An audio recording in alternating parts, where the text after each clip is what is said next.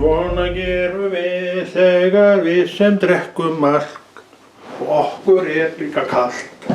Þá fáum við okkur malt extra. Það rosalega gott, heyrðu. Ekta malt. Og svo drekki ég hérna malt.